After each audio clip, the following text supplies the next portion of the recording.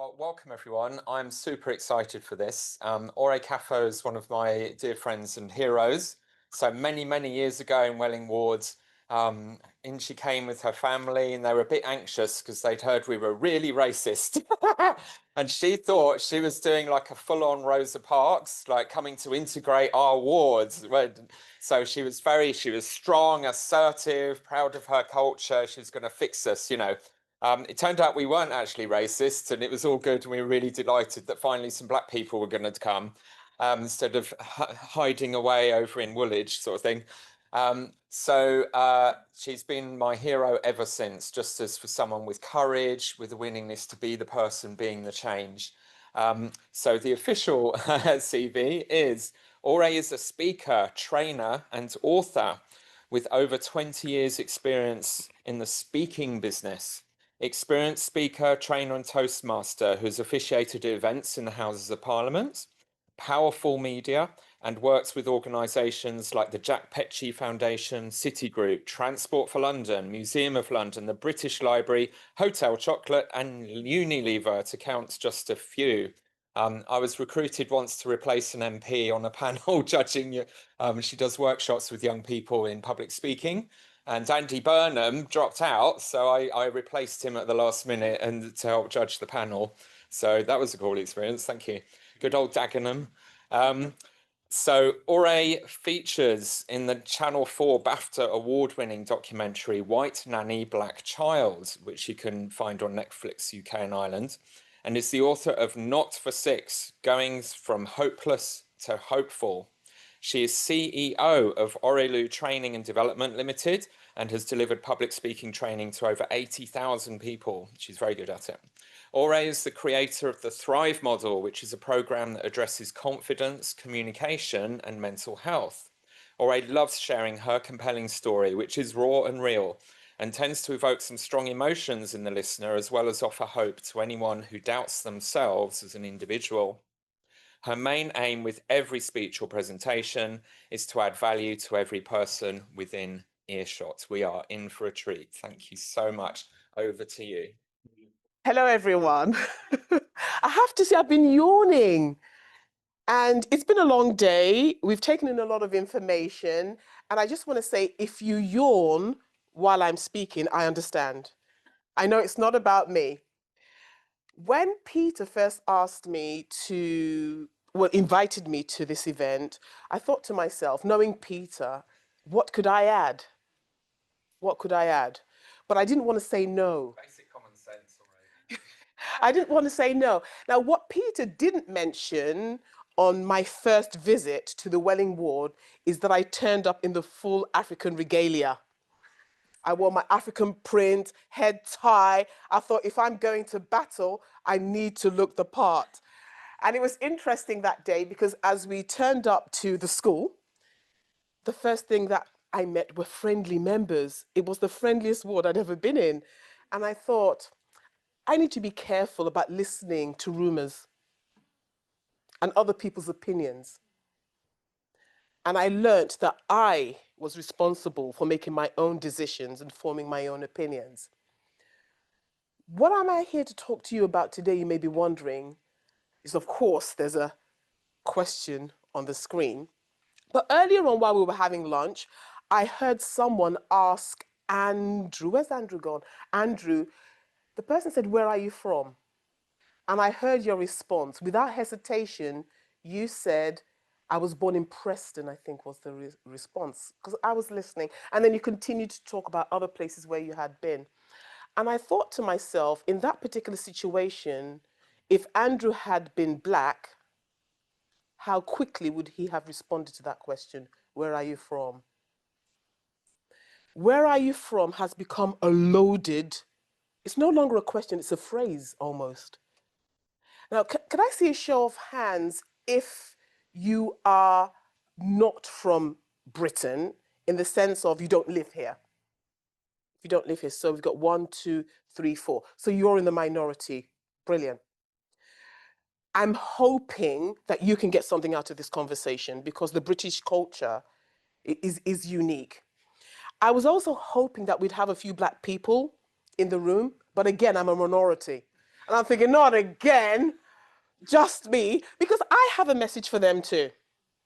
And what I'm hoping to do is, I guess, add value to our community and contribute somewhat towards forming unity, because that's what I'm about. So where are you from?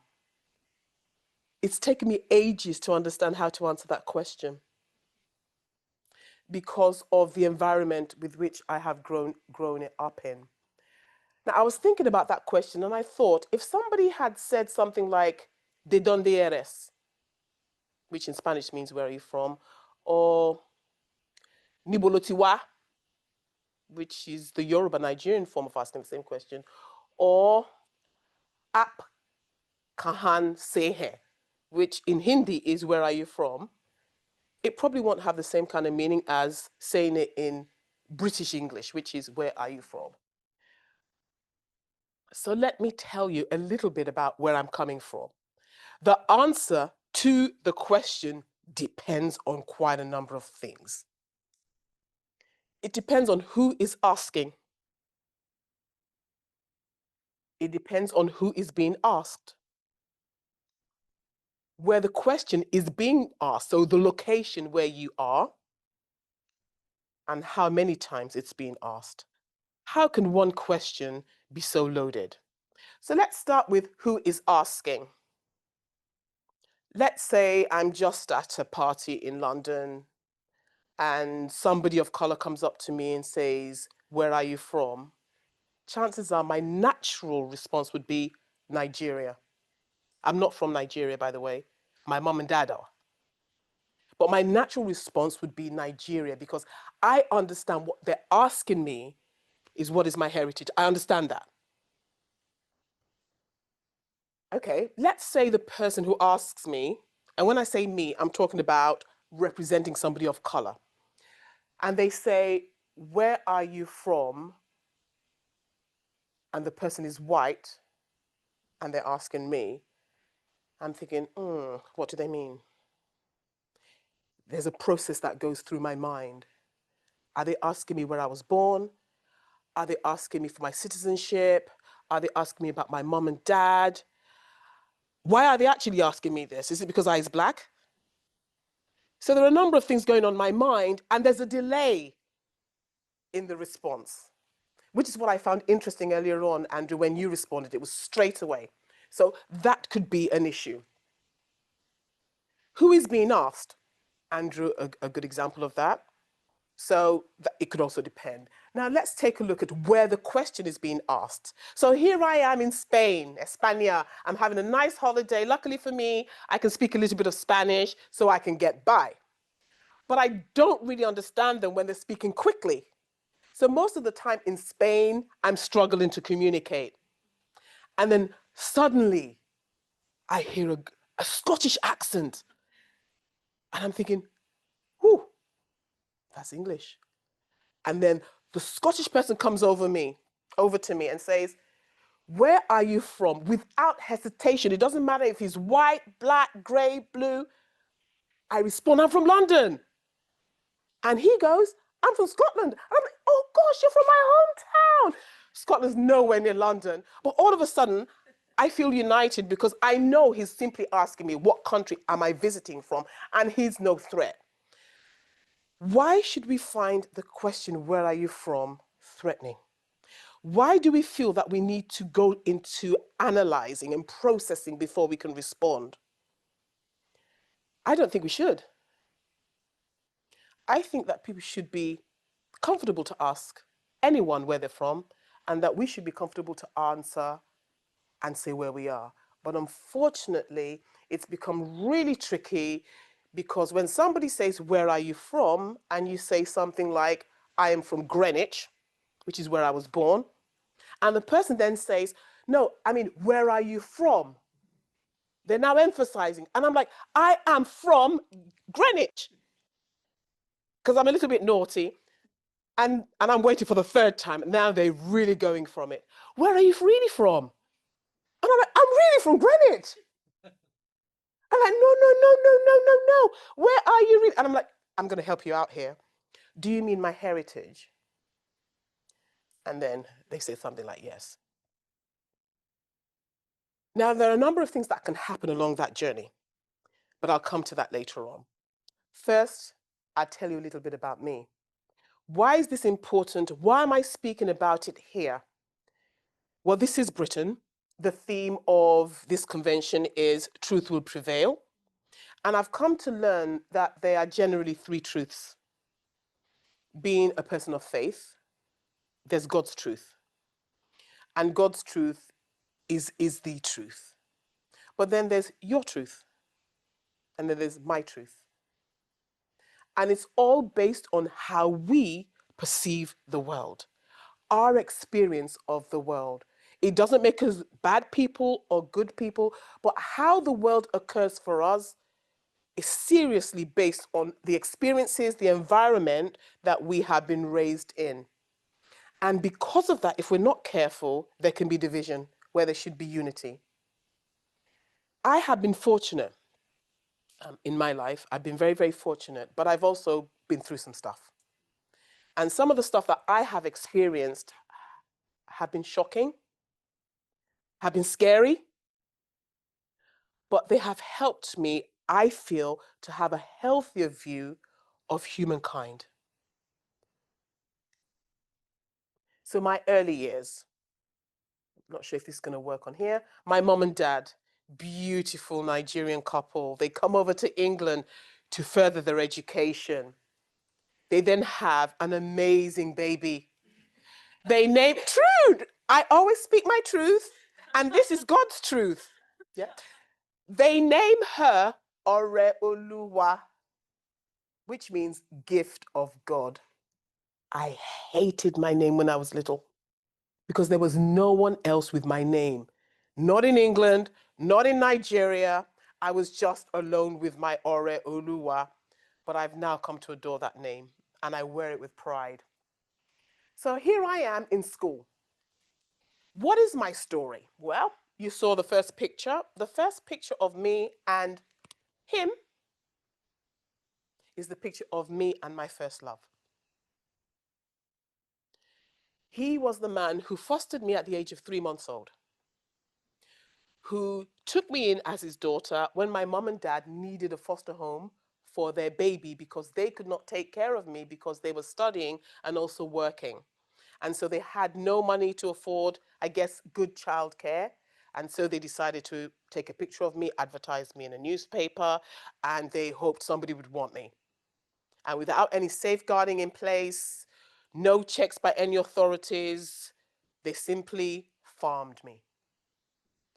I was fortunate that he took me in with his wife, and he loved me as if I were his own. They couldn't have children of their own, and so I was the recipient of all the love they had to give. But what did my world look like? A brown child with a white dad living in Maidstone, Kent. I was one of 3 black children in my whole school, and one of them was my cousin and lived with us eventually. And the other was another girl. She was West Indian, I think. She was in a different year group, so I didn't really have any interactions with her. And for some of you, you may be thinking, you need to get out more, because that was my whole exposure to anyone else of color. So I lived in a white world, but I did not notice. It never occurred to me that my foster parents were not my mom and dad. And that's the beauty of a child. Children do not see color. They really don't. They really, really don't. So he was the first man I ever loved. I remember he got me a puppy when I was 5 years old. I loved that animal.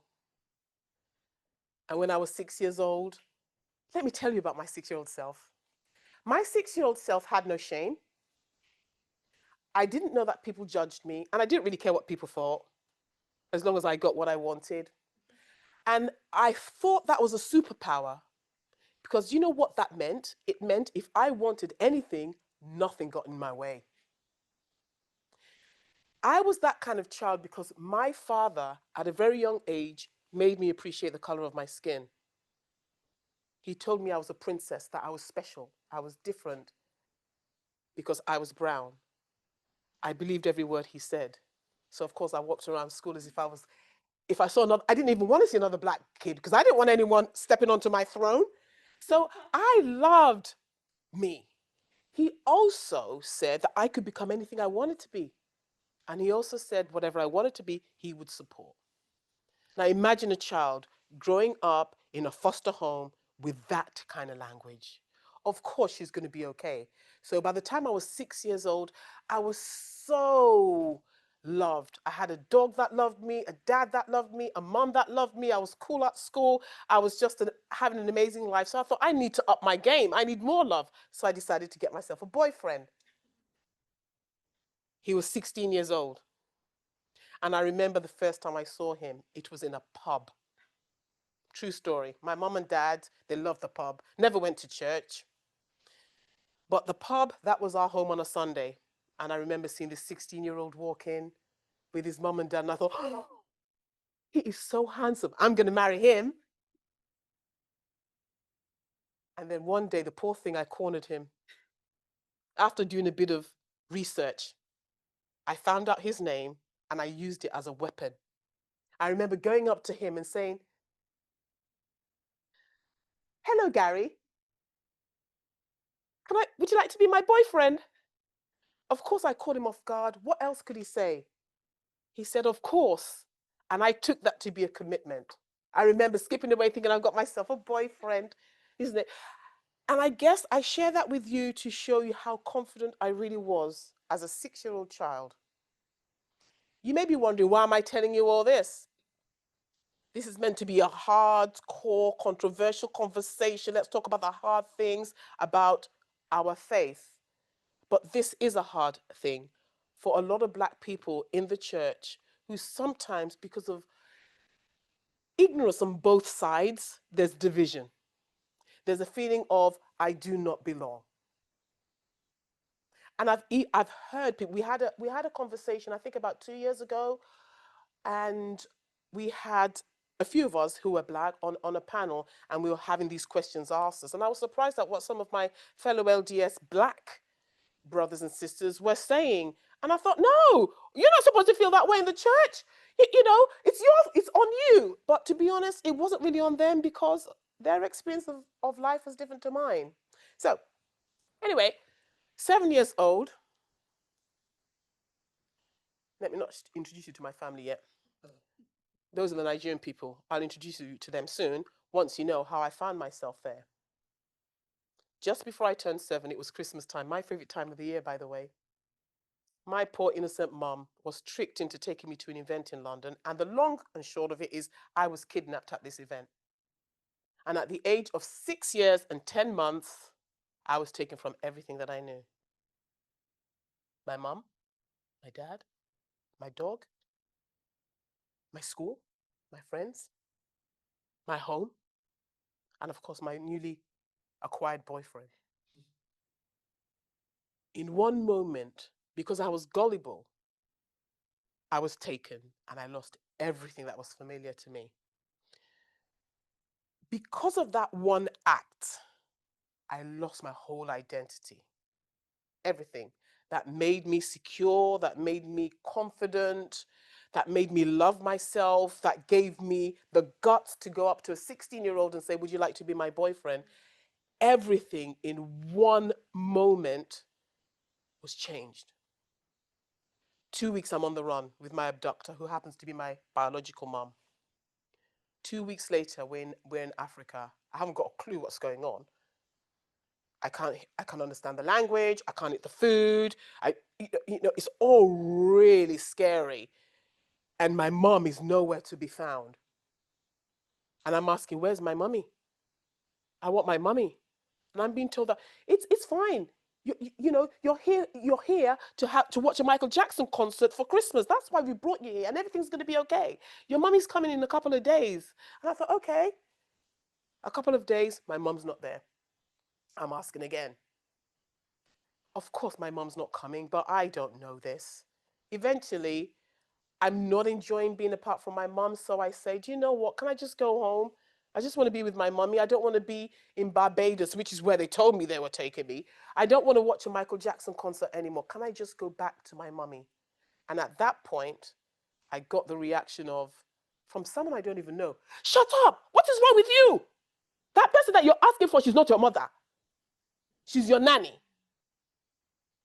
Number one, being yelled at wasn't going down well for me because I was quite upset. But to hear somebody say that, somebody I thought was my mom for 7 years almost, you're now telling me she isn't?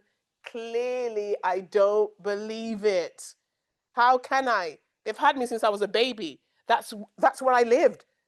I never had a sleepover. So they were all I knew.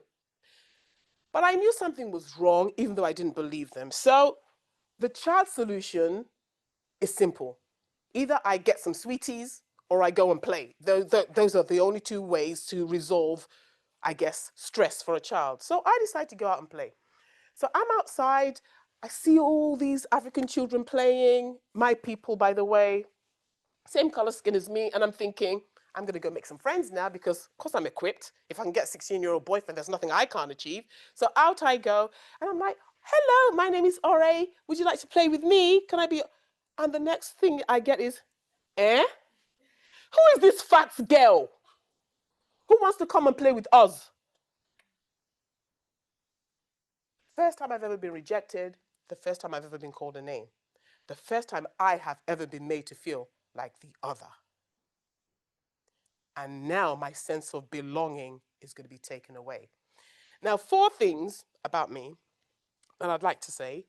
I represent 4 different groups that people discriminate against or have had something to say that makes me feel like the other. 1 is my gender. 2 is the color of my skin. 3 is my religion. And 4th, the most painful, is my weight. And that's the one that they chose to use to make me feel small. I was constantly called names. Patty, Petso, Elephant, Eri, Rokoto, Okotombo, Blackie Shadow, because apparently I was too dark to be a beautiful Nigerian child. And I had to live with those names for years. When I hit 12, I started to feel like the ugly duckling of my own story, always looking from the outside in, yearning to belong. And I remember praying to God that, God, could you just make me anybody else? Anybody else but me will do.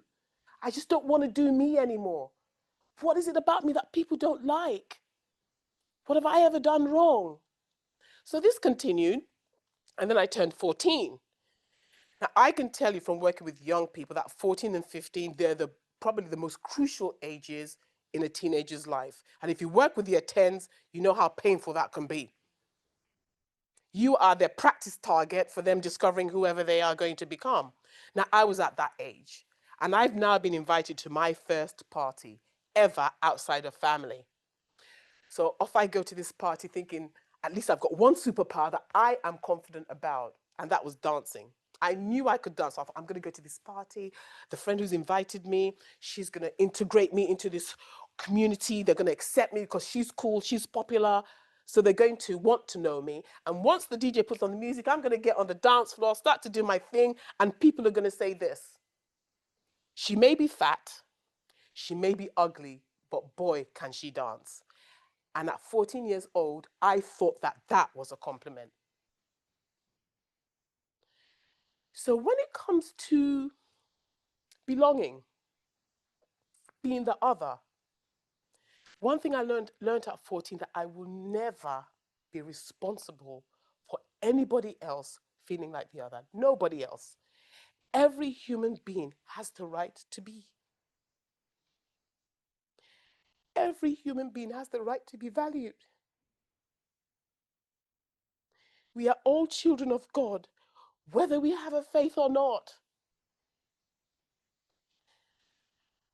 And because of that, I have chosen to speak about what I'm speaking about today because I've seen a lot of division with the phrase, both in the church and outside of the church.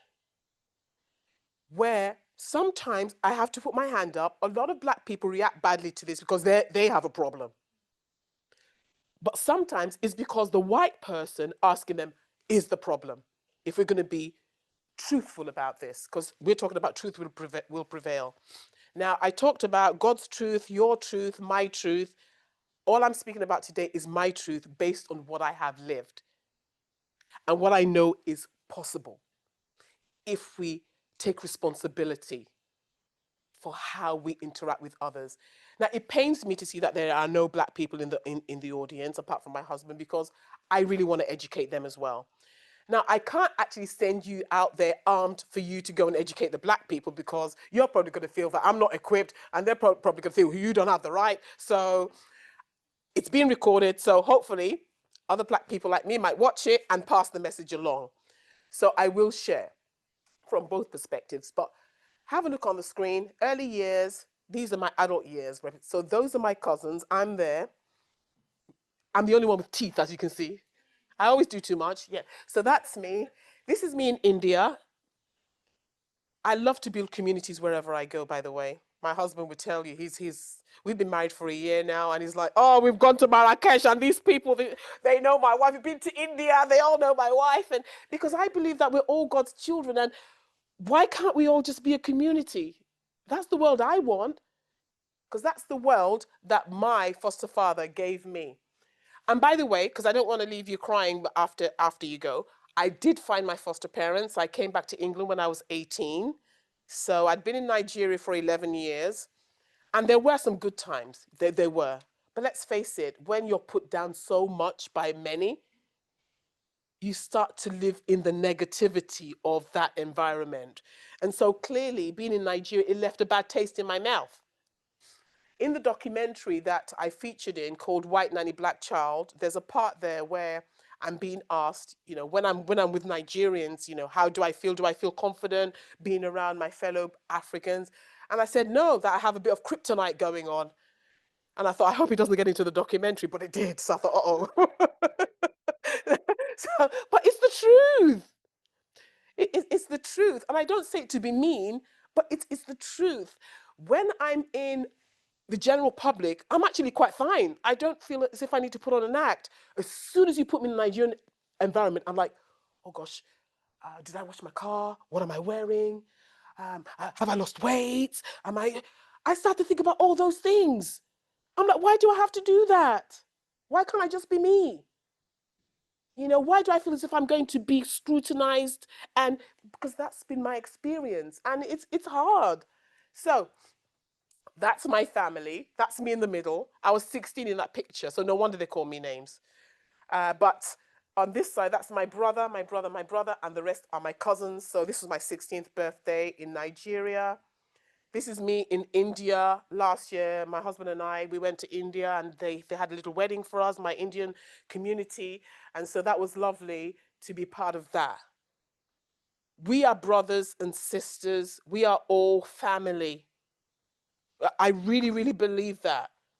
And wherever I go, I search, I seek, and I try my best to form families. I've got Hindus in my family, Muslims, Sikhs, Christians, non-believers.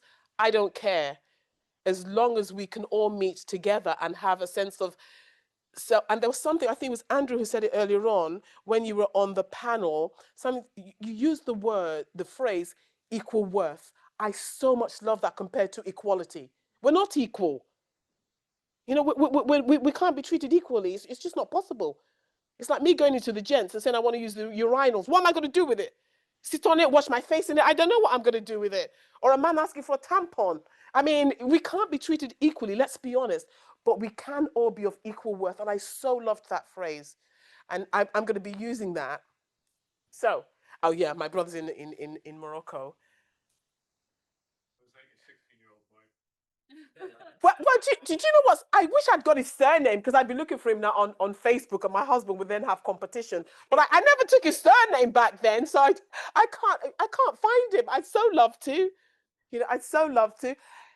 I don't know if you recognize this picture. It was in the news, it was in the newspapers. There was an event in 2023 that was hosted by Camilla, who is now our king's queen, so to speak. And at that event, there was an African lady, to be precise, Nigerian. You're nodding, yeah, to be Nigerian. Now, I'm not going to talk about what happened afterwards, apart from the fact that it impacted Lady Susan Hussey's role. But there's a lot of stuff that came out afterwards. But I just want to focus on what happened at that event.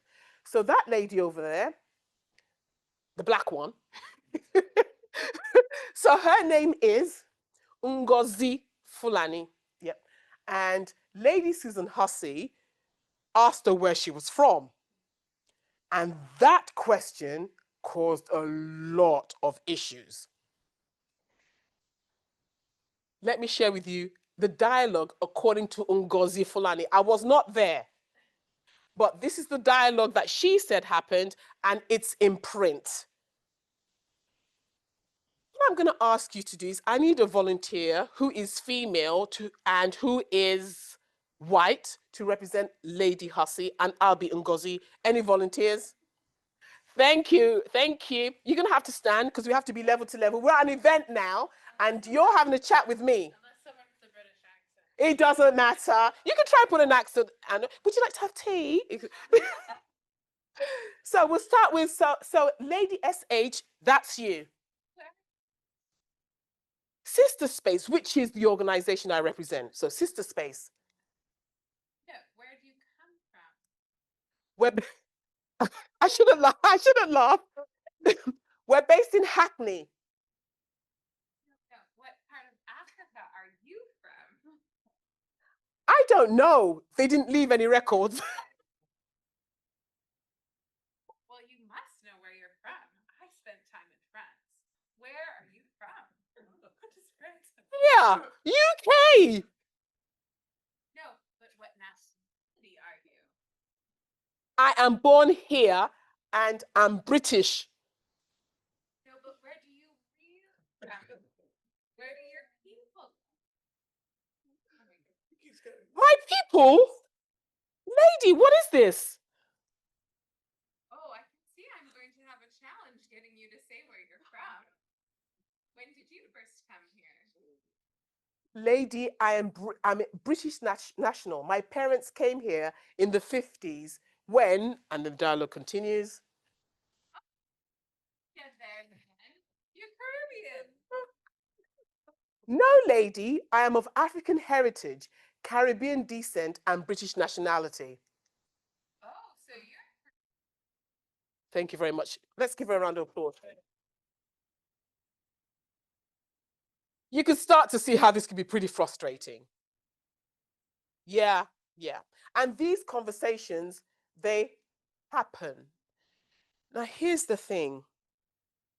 We need to really think about this. And in a moment, we're going to be looking at maybe finding a way to unpack it. Now, the crux of the matter is not asking someone where they are from, because I have quite a lot of white friends who now are afraid to ask people where they're from. I have white friends who have parents from places that are sort of like Eastern European, where they have an accent. So they're not from England. Then they hear somebody with an accent or see somebody who is either dark and they've done missionary work in their country and they want to know where they're from so that they can have a conversation. And so they say, where are you from? And so it's a simple question that people shouldn't be afraid to ask. Or Black people should embrace themselves to answer it. And so how do we find that space where we can make this as acceptable as possible? So the crux of the matter is not asking someone where they are from, it is what follows later. You see the white man, he's like, no, no, no, no, no, no, no, no, no, no, you didn't. And the Black guy's going, you didn't. Where are you really from? It's the really that I think is the issue here. Now, Lady Hussey, if she'd have just said, where are you from? And the lady said, Sister Space. Okay, maybe she asked again. And the lady said, my parents came over here. She should have stopped there, instead of making it very uncomfortable. Because what that did is make Ngozi feel like the other. My view is, if somebody actually wants to be racist, they're not going to give you the courtesy of asking you where you're from. They'll just look at you and say, go back to your country. That is the truth. So in fairness, when people are asking, where are you from? I do not think they tend to be offensive. Not even Lady Hussey. She was just ignorant, and I'd go as far as saying stupid, because she lost her position because of that. It's a bit of a mess, isn't it? It really is. So we're going to unpack. I've got a few simple recommendations just based on how I have lived. Now, remember, I have lived in a white home, which means I'm very, very comfortable in white spaces. I do not feel threatened at all. In fact, I was in a school 2 weeks ago with some fellow colleagues. There are about 10 of us training in this school. We're doing the whole year 10 cohort. And one of the ladies came up to me, Louise, she's white, and she was saying, oh, guess what? She just said it to the whole group. She said, I can't believe it. I haven't seen one black child in this school today. And I thought to myself, hang on a minute, I hadn't even noticed. So I'm very, very comfortable, but I'm also comfortable in black spaces as well. To be honest, I'm comfortable with all human beings, if I'm being honest. So I think I'm not best placed, but I think I'm well placed to have this conversation, because it is coming from a good place. It is because I want to do the best I can to send this message out and see how many people we can educate and help them look after that phrase, so to speak. So just in case you're wondering, that's me. My brother's an artist, so he did a caricature of me. So here are my simple recommendations. If you are interested in someone's heritage, simply ask, what is your heritage? We shouldn't feel uncomfortable around black people. I get that. But that question has become a problem. So let's keep it simple. Let's let people know exactly what we mean. What is your heritage? I was on the phone last week to somebody. It was one of those calls, say from BT or something. And the guy says, oh, by the way, what's your heritage? And I said, oh, Nigeria. And he said, oh, okay, that's pretty good. He said, I know a Shegun guy, and da. And we got talking. He told me what he wanted to know. I gave him the answer, and that was that. Okay, it was clear. I, myself, I have been guilty. Because I have this love of India, and I really do, and I'm learning Hindi, sometimes I see somebody who looks Indian. And it's not always the case that they are. They could be from Bangladesh, Sri Lanka, Pakistan, and they do not want to be confused with Indians, although they're the same people, right? They're the same people. And I have learned not to say namaste, aapke ho mere naam hai when I see somebody who looks like an Indian, because I've had people say, I'm not Indian, or I'm from South India, and I don't understand Hindi. So I've had to learn to say, when I see somebody who I think looks Indian, the first thing I say is, what is your heritage? And if they say India, I say, what part? South or north? And if they say north, I'm thinking, I'm not going to make any assumptions. Then I ask them, do you speak Hindi? Before I proceed with namaste, aap kaise ho, because even though they may be from a Hindi-speaking family, they may have been brought up in Britain, don't understand Hindi at all, and I've just made an assumption that they're not from Britain because of how they look. That is the issue. When people feel that, oh, I'm a target now, they're going to make me feel like the other, that I'm not from here, and that's why they're asking me that question. I've spent a whole lifetime as a young person living in a space where I felt that I didn't belong. And I'm not prepared to accept it anymore. I will never identify myself as British. A lot of black people say I'm British. I never do. I say I'm English. I am owning that heritage that I got from my foster parents. I was raised in an English home, and no one's taken that title away from me. I challenge anyone to come up to me and say, oh, no, you can't be British, English, you're British. No, I'm English. You don't know my story. You don't know where my dad's from. Okay, I may say I'm Scottish because my dad was from Scotland, but I was raised in Maidstone. So it's about, I've had to choose who I am. But my identity is, I am English by birth, Nigerian by blood, and Indian by soul. I know that's very complex for a lot of people to understand, but that's who I choose to be. Apart from, I'm a child of God. And where am I really from? I'm really from the pre-earth life, really, if we're really going to get technical about things, which is where we're all from. So if we are asked, now I'm speaking to the wrong crowd about this particular topic, but I'm going to imagine you're black now. Yeah. So if you are asked and you're black, where are you from? Please do not take offense. You don't know what that person means. I actually feel that if I assume that that person means something racial, maybe the problem is me, because I've actually looked at their color of the skin and assumed because they're white and asking me, I've concluded that's where they're going. So we need to be really careful. So I'd say to my black brothers and sisters, do not take offense. Let the person finish asking the question. I was asked the question once, I'm keeping an eye on the time. I was asked the question once in a toilet in Romford Hospital when I was visiting someone. I was washing my hands, and then this lady's next to me, and she looks at me and says, hello. And I say, hi. And she says, where are you from? I'm like, oh, here we go. And so I said, I'm from Greenwich. And she said, no. I mean, where are you from? I'm like, I'm from Greenwich. She's like, no, where are you really from? I'm really from Greenwich. And she's like, oh. I said, okay, do you mean my heritage? She goes, yes. And the phrase that follows is this. I wasn't sure. She said, I wasn't sure if you were Ghanaian or Nigerian, because a lot of people actually think I'm Ghanaian. You're Ghanaian or Nigerian. And I just wanted to practice a bit of my Yoruba. And now that you said you're, and she, she said something like, Bawoni. I'm like, oh, go bad. All she wanted to know was whether she could practice with me. She just didn't know how to ask. But after I had said to her, do you mean my heritage? She now knows the next time she sees somebody who she thinks is Nigerian, she's not going to ask them the question, where are you from? Because she went through a painful process to get to the answer she wanted. She'll just say, what is your heritage? Yep. So the individual may be genuinely interested in you as a person. I may not yet have been educated. And let's face it, if we are to be honest in this room, how many of you really know how to ask a black person where they're from? Yeah. And that's not a sign of anything bad. It's just that we're learning. Just like I didn't know what to do with my any Indian I saw. Now I know how to show them respect and how to ask. Yeah. So it's about educating. If you want to know, if somebody asks me where I'm from, just like you, I was born in Greenwich. So that's my answer. I'm from Greenwich. If you want to know what my heritage is, because let's face it, the fact that my skin is black, clearly my heritage is not from here. It's there for everyone to see. It's an advert. And if somebody's asking me where they're from, let's be honest, they're interested in me. So how can I take offense at that? But that's just me. If we are asked, where are we really from? Again, we shouldn't take offense. Again, let's educate them. They may be ignorant. They may have an unconscious bias. An unconscious bias does not make somebody bad.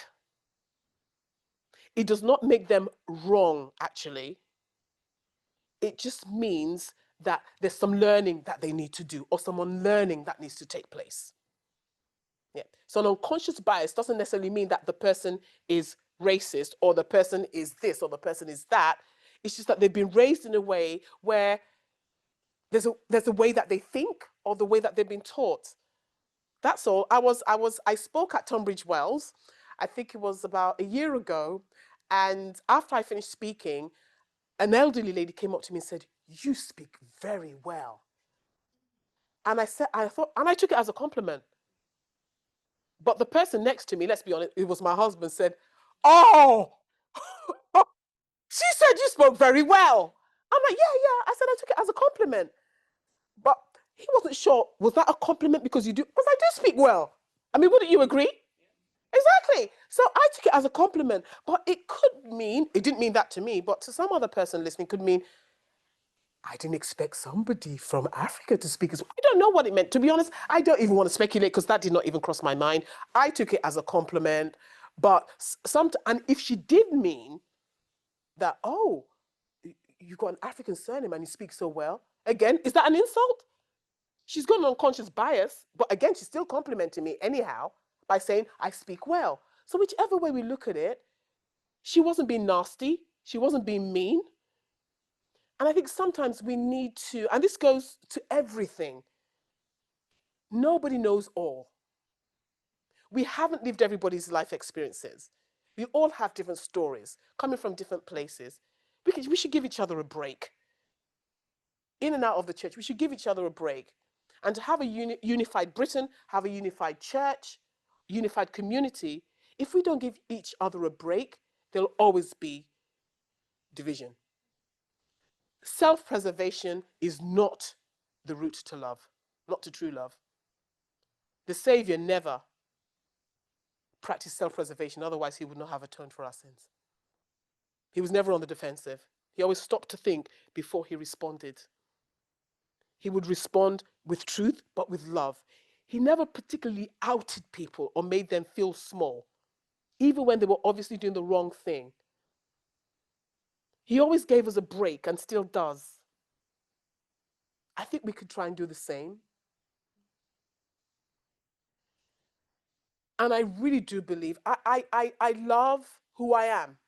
I really do. Not necessarily everything about, I love the person. That's what I mean. I love the person that I am. And I love the person that I am because I care about how other people feel, or how people at the receiving end of my behavior or the receiving end of my words, how it impacts them. I really do care about them. But that doesn't mean I always get it right. That doesn't mean that I haven't got unconscious biases that may hurt another human being without my knowledge.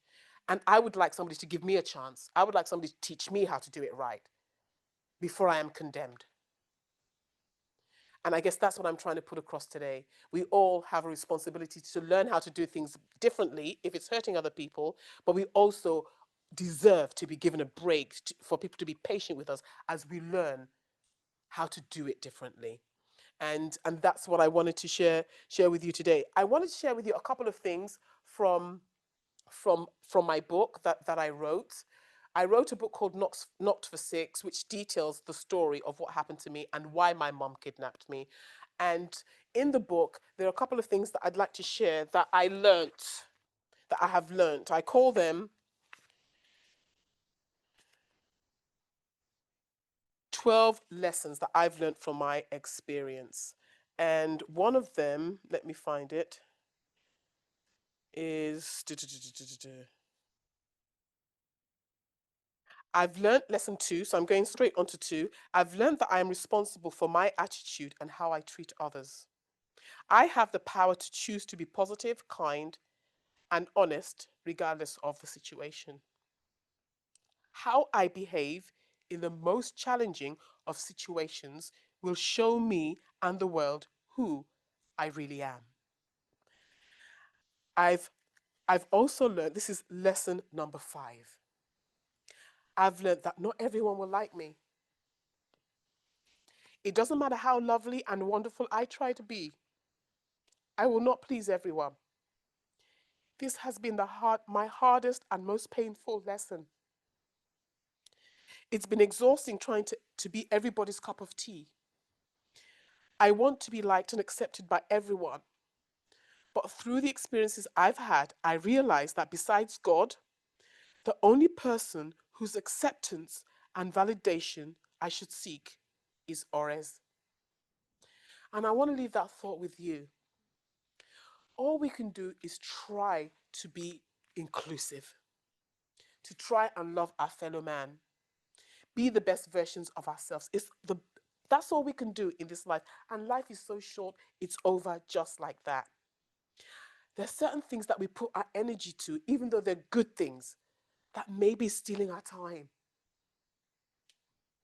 when we should really be spending that time loving our fellow beings and self-evaluating. And at the end of the day, and I'm so grateful for what you shared with us earlier on, Charlotte, at the end of the day, if somebody chooses not to accept us when we're being our best selves, it's on them. And one day they'll be held accountable. And with that, I find peace in my soul. And I'd like to leave you with those thoughts.